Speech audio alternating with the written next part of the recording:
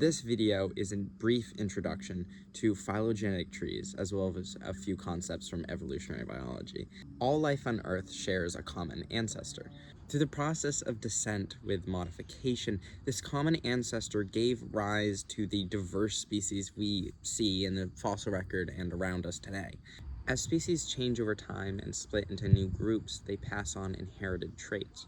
These changes cause species' evolutionary path to move in different directions, like a tree with many limbs. By studying inherited species characteristics and historical evidence, we can reconstruct these evolutionary relationships to build like a family tree, otherwise known as a phylogenetic tree. Here is a phylogenetic tree.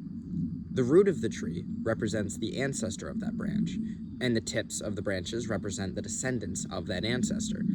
The line here represents the ancestor's lineage, which, depending on the phylogenetic tree, might vary in size to represent the time past. When a lineage splits, it's called speciation, which is represented as branching on a phylogenetic tree. Speciation is the evolutionary process by which a species diverges into two or more other species. Evolutionary biologists generally recognize four types of speciation. Allopatric speciation is when a physical barrier, such as a mountain range or a waterway, makes it impossible for animals of a certain species to breed with one another. This causes each species to develop differently based on the demands of their unique habitat. An example of this is when Arizona's Grand Canyon formed. Small mammals, such as the squirrel, which had once been part of a single population, could no longer reproduce with one another due to the new geographical barrier. So, over the next few million years, the squirrels underwent allopatric speciation.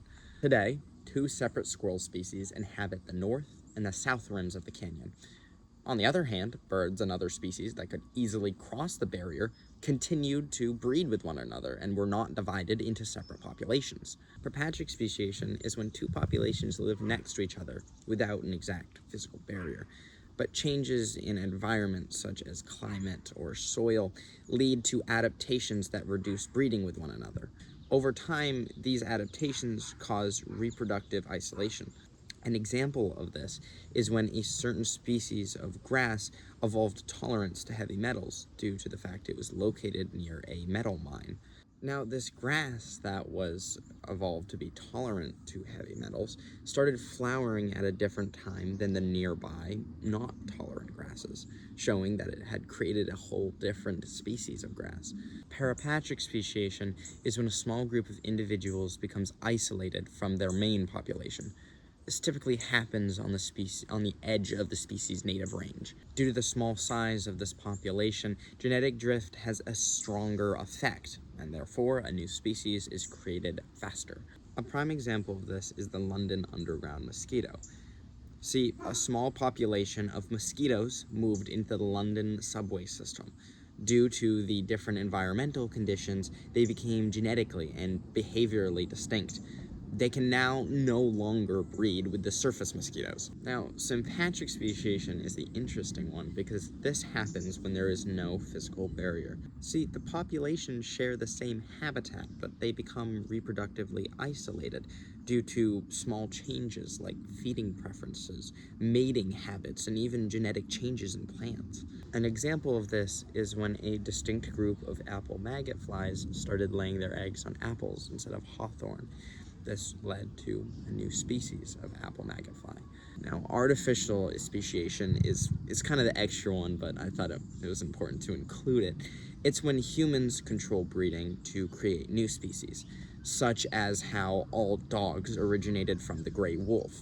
Now, moving back to the explanation of the phylogenetic tree, as you can see in this phylogenetic tree, each lineage has ancestors that are unique to the lineage, as well as ancestors that are shared with other lineages, called common ancestors. Now, a clade is a grouping that includes an ancestor and all of its descendants, living and extinct. Clades are often classified with systems such as the Linnaean system of classification.